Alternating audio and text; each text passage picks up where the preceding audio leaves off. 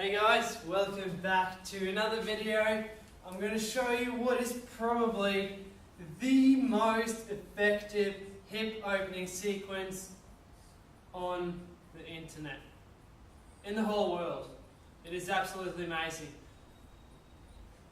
What we're going to do, I'm going to take you through this powerful routine and explain it on one side of my body. Then I'm going to take you through everything on the opposite side of my body without explaining it, so you can see how it works in a dynamic fashion. But before we do anything, I'm going to explain a technique to you. It's a technique that you're going to see again and again through the whole sequence. And I call this a reactive technique. The reasoning behind this technique is still a bit dubious. But think about this for a second. Have you ever experienced people that have done, let's say, yoga for a very long time? They start out being very, very stiff, very unflexible and unmobile, and then as time progresses, things don't fucking change. And I sort of got very baffled by this, and about 4 years ago, I started really digging deep into some of the mechanisms behind this, and there are a few things out there that could potentially support this. One of them, bypassing the stretch reflex by perhaps taking advantage of what we call presynaptic inhibition. I'm not going to go into depth explaining this to you. If you do want a bit more information, please let me know, and I'll send you through some articles and record a few more videos. But what's really important for you to understand is that a reflex is a protective mechanism. And that is what you're feeling when you're doing a lot of static stretching. So as you do this, you're going to realize that everything is dynamic. Number one, dynamic stretching is a lot more effective than static stretching. Is static stretching doing any harm? Most likely not, but is it creating the effect in the central nervous system within our brain that we need to create to see the changes we want to see? That's the question. And that's where the difference between afferent 1A fibers, sensing rate of change, and group 2 afferent fibers, sensing static length, is so important to be aware of. Static stretching, is it doing any harm? Probably not. But is it creating the effect within the central nervous system that we really need to see the changes that we want to see? Apparently, it doesn't look like it. Please pay very close attention. I'm going to start in a Spider-Man lunge position. Okay? That means that I'm in a lunge, I move my leg out to the side, and I push my back leg down into the ground. So at an angle, I push my hip back into the ground. From here, I'm going to pin my ankle down with my hand, so I can't move my ankle. What I'm going to do, I'm going to place my elbow on the inside of my knee, pin my ankle down, my opposite arm out to the side, and I'm simply going to start to move from side to side. It's nice and easy, just rocking back and forth, prying open your hip joint a bit. The next thing now, I'm going to be here, I'm going to pin my ankle down, I'm going to push my knee out to the side with my elbow. So from a different angle, press out, and press out. From here, I'm going to press my knee out, and here comes the technique.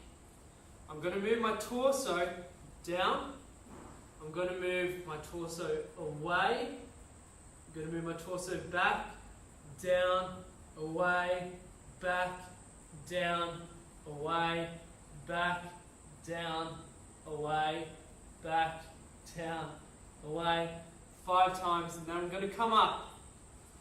The next step is moving my foot towards the midline of my body. You can measure this by being able to rest your pec muscle, your chest, on the top and the inside of your knee, nice and comfortable.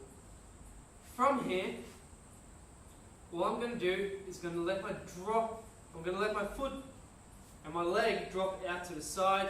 I'm going to pin it down with my opposite arm, moving my other hand out to the side.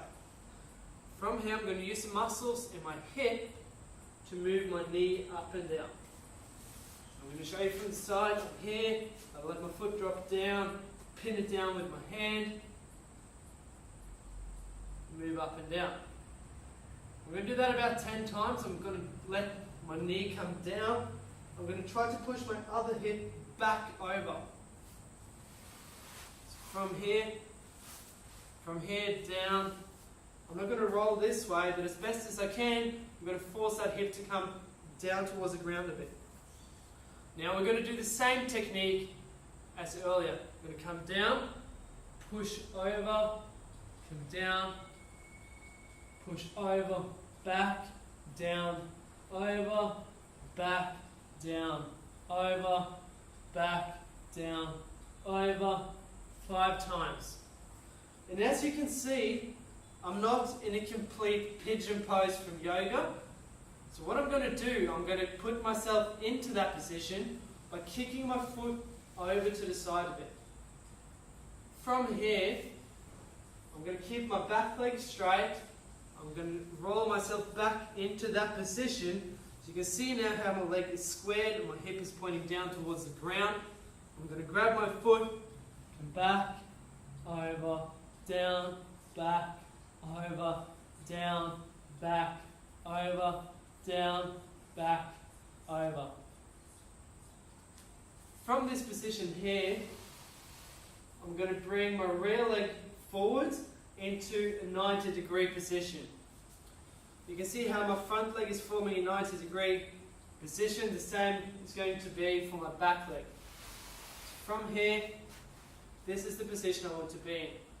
From here, I'm going to push my hip down. And then I'm going to perform the technique again. So on a bit of an angle for you. From here, push my hip down, grab my foot. I'm going to lean down towards my shin or my knee. If you can only come down here, that's fine. But if you can, come down over your shin. From here, push yourself over, back, down, over, back, down, over, back, down, over, back, down, over, back, down, over. And from here, the next step, so you can see how I'm bringing my rear leg up, in, my front leg out. This becomes tricky for some of you. But I'm going to perform the technique here. I'm going to grab my foot. If you can't, you just grab your shin as far as you can. We're going to perform the technique again here, but it's obviously a bit different. So all I need to do is put my foot flat against the inside of my thigh, push my knee down. I'm going to sit up nice and straight, kick my leg out. I'm going to grab my foot with both hands. The way the technique works here is I pull my foot towards me and I push my torso down. Pull my foot towards me, push my torso down. Pull my foot towards me, push my torso down. So you're going to see this now. From here, pull, push, pull, push, pull, push, pull, push, pull, push, hold. So I pull and I push, I pull and I push. Now, if you're not able to grab your foot, just grab your shin. From here, I point my toes, push down. Point my toes, push down. Point my toes, push down. Same thing. So pay attention, I'm going to do my left side all the way through. If you have any questions, just comment below and I'll answer them, but watch this first. The whole routine dynamically. So from here, Spider-Man position, back and forth, knee pushing out to the side,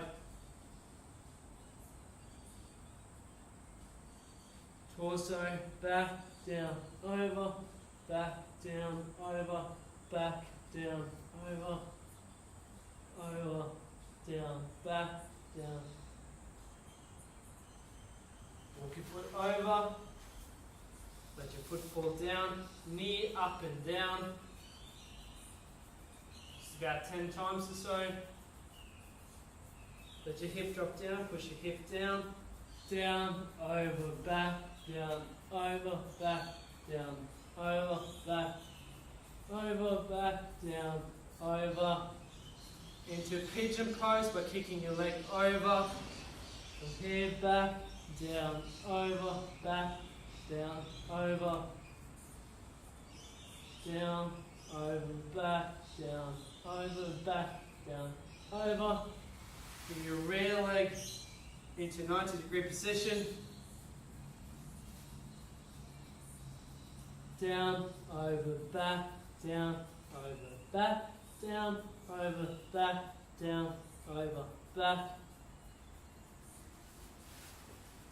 Front leg kicks out, rear leg brought in, kick your leg out, grab, knee down, pull, down, pull, push, pull, push, pull, push, pull, push.